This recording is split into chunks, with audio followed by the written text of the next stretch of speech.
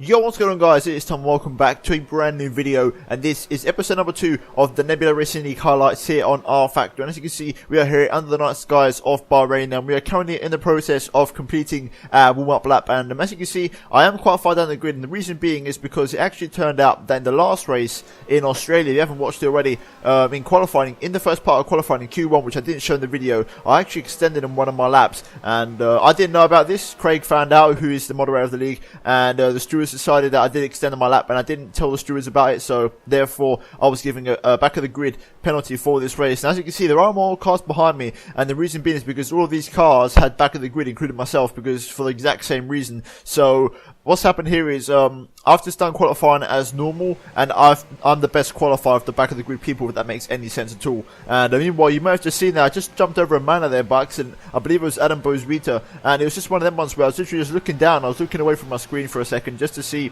and do some final checks, and as I looked back up again, I just went over Adam. So unfortunately then Adam went back to the pits and actually never was able to come back out on track because of a glitch. So I sort of ruined his race there, and I did apologise at the time, but nevertheless, here we are on the grid, as you can see, and I'm starting way down the order, actually quite far down. I believe I'm in 17th, 16th place, so it's going to be quite a long race this one. I'm starting on the medium tyres, and here we go, then we're underway already as the 5 lights do go out. I'm going to take it nice and easy off the start line, take it nice and cool into the first corner. As you can see, those guys on the soft tyres and or the super softs are absolutely blasting past me. I'm on the medium, so I'm on the slowest tyre by quite some margin, but my plan is to go into the medium and get this tyre out of the way. And so far so good as we get through the first couple of corners. No contact just about yet as we approach turn number 4 now, and this is where big things can happen here. Hopefully we try and make a move here, possibly up the inside. We're going to try and have a bit of a lock up, look up the inside of the Williams, but it's no use. There's a bit of a couple of slow cars there, and we're actually going to make a double overtake there, including the Manor, and can we get a Torosso? No, we can't, and we've got the Manor on our outside, and it's actually going to spin us round. We're actually going to spin round now through turn 5, and we're going to be backwards for a couple of seconds, and eventually we get back onto the racing line,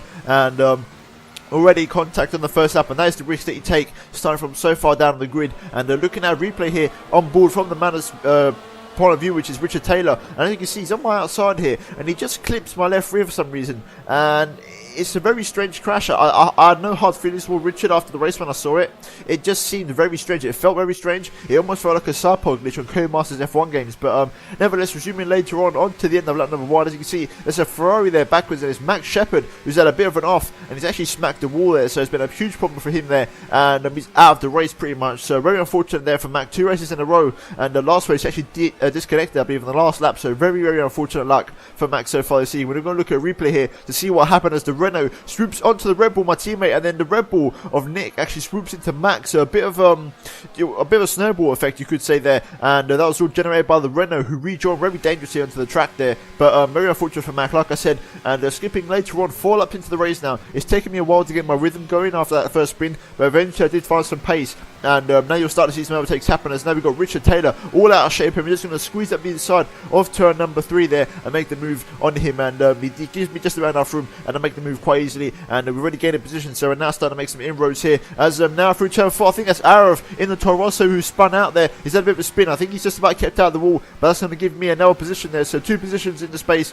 of 2 corners for me, and I will take that indeed. And skipping later on to the end of lap number 5, we are now on the back of Ellis Bozwita, who is Arav's teammate, and we could possibly size him up for a move here as we get the slipstream now into turn number 1. Can we possibly make a move here up these? So we're going to try and brake nice and late on these medium tyres into the first corner here, running out nice and wide to make sure that Ellis doesn't get the cutback on us, and we make a very textbook move there up the inside of turn 1. And then we just move on a couple of laps later, and as I'm on the medium tyre, as you can see, people are on the super softs that have pitted. So what this means is that I'm actually out on the track on the slowest tyre and the oldest tyres, so I'm really struggling on these medium tyres now. And we've actually got Craig Baxter, the man behind me, who was in first place before the pit stops, so I'm pretty much a whole pit stop behind where I want to be. So I've got a lot of recovering to do this race, as I'm on the back now of Paul Rosansky, who's in the Haas, and we're going to try and size him up for a move here, but so far no way through for me, as I force him now into a mistake into turn 13, I believe, and Craig also capitalises on that by getting past him, and Paul really did cost me some time there, but managed to get past him eventually, but that was not ideal, and I really need to get past him faster than that. But I think it's getting to that point now where I've pretty much had enough of these medium tyres. I've done the laps I need to do,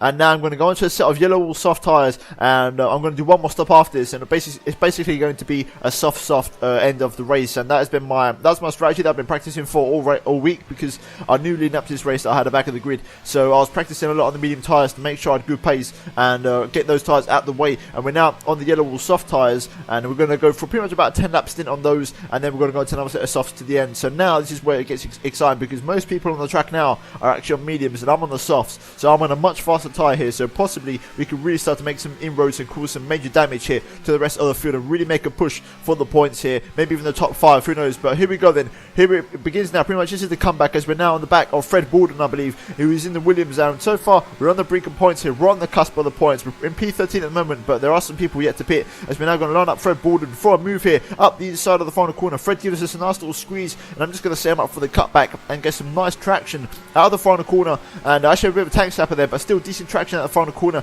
and I'm right on the back of Fred here, and this should be a pretty textbook move up the inside there. I just get a slipstream, I actually go to the outside, and I cannot get ahead of it before the first corner here. I'm going to try and break as late as I can. Fred's still going to be on my inside, but I'm going to get the move done there, just about running a little bit deep, but we do get the move done and dusted, and that is P12, I believe. So far so good on this comeback drive, and we're now on the back of my teammate, who's Nick Brackey, and at the time I was speaking to him on TeamSpeak, and we basically agreed to do some team orders and do a team swap here and take it nice and easy, which is the best thing for both of us. So there's no damage, and it's a nice simple move, and neither of us lose any major time, so that was the best thing to do. And Nick is on a slower tyre, so it made sense at the time, and we were getting another position there. And later on lap 17 now, skipping quite a long way into this Grand Prix now, we're on the back of Evan Rice, Fred Borden's teammate, and he's also on the medium tyre, so can we possibly line him up for a move here? We're going to have a look up the inside of the final corner here. Can Evan give us the room? Yeah, just about, as we go up the inside, and it's a nice simple move there up the inside of the American. And the question is he going to go into the pits? Yes, he does. Evan just peels into the pits there, and 2 laps later I'm actually responding, because I still had a good pace on those soft tyres, so I decided to stay out a couple more laps. And there's also a runner there in the pit lane, so I believe he is going on to the medium tyres, so he's going to be on a slower tyre for the final stint, so there's another possible position there for me to gain, as I'm now back out on a fresh set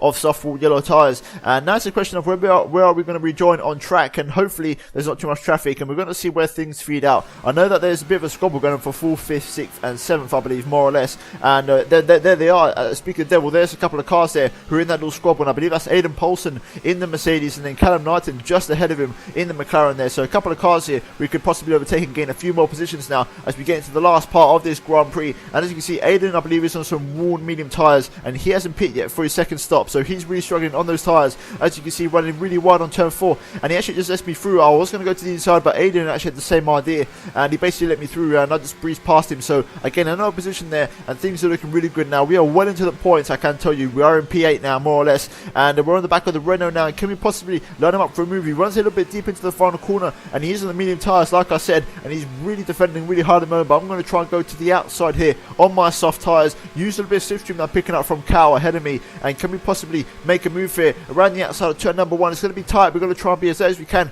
on the brakes. We've got the Renault still up the inside there. I'm going to try and hang it around the outside, and it's a lovely move there for P7, and a really good racing move there. Probably my best move of the race. Very satisfactory for me when I completed that move. But as you can see, Callum and I have actually caught up to Sauber of Asger Hebsgaard, who's going for the one-stop strategy, and there's contact between the two of them, which promotes me up in the P6 there, overtaking the Sauber. And can we possibly pick up P5 here on the back of Cal? We're going to pick up some slipstream, go up the inside now, and that's a question of the late breakers into turn 1. Once again, who's going to blink first? We're going to try and go up the inside of Cal here, just about clipping the apex, and Cal is still on the outside of me there, but I'm going to hang it around the outside, and I just keep my pedal absolutely buried on the accelerator. And now Cal is actually right on the back of me, and he's actually going to try and come back at me now into turn number 4. He's going to go up the inside here. Can I hang it around the outside? No, I can't. It's side by side stuff here, but Cal's going to give me a good old squeeze there onto the curb and make the move and retake his 5th place. So very good battle here between me and Cal. Me and Cal always seem to have good battles wherever it is, and we know each other very well now because we've been racing each other for at least 3 years or more. So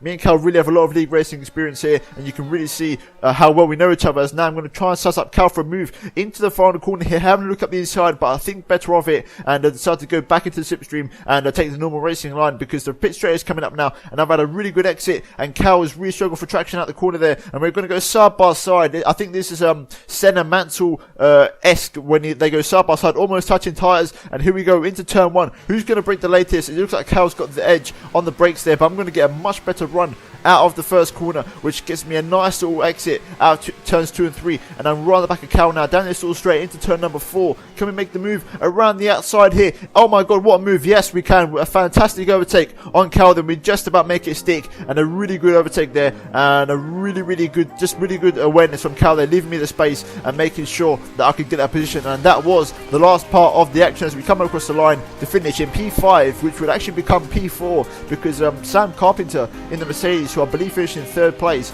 actually got a disqualification because he didn't send his RF scan file for Craig, which is something that we do within the league to make sure that nobody cheats. And Sam had a problem with the file, and as you can see, it means he's disqualified there at the bottom of your screens. And it's Craig, Kieran and Philip on the podium, and I at the end take P4, which isn't too bad, almost getting the fastest lap of the race there. And Callum in 5th, Evan Rice in 6th, his teammate Fred in 7th, with Marcel Crespo in 8th, Aidan Paulson in 9th, and my teammate Nick Brackey rounding out the top 10. And that was the Bahrain Grand Prix, and hopefully you guys did enjoy a really hectic race, sort of a back to front you could say, and I tried my best in the recovery drive. And I can tell you that had I not spun at the start, had that incident, I would have been right in the scrap for 2nd place, so that's a bit of a shame. But nevertheless, hopefully you guys have enjoyed the video. If you have, then please do smash that like button down below, lets me know that you are enjoying the videos. And if you're new around here, please be sure to subscribe to my channel. And yeah guys, that's about for this video, and I'll see you in my next one very soon. Goodbye.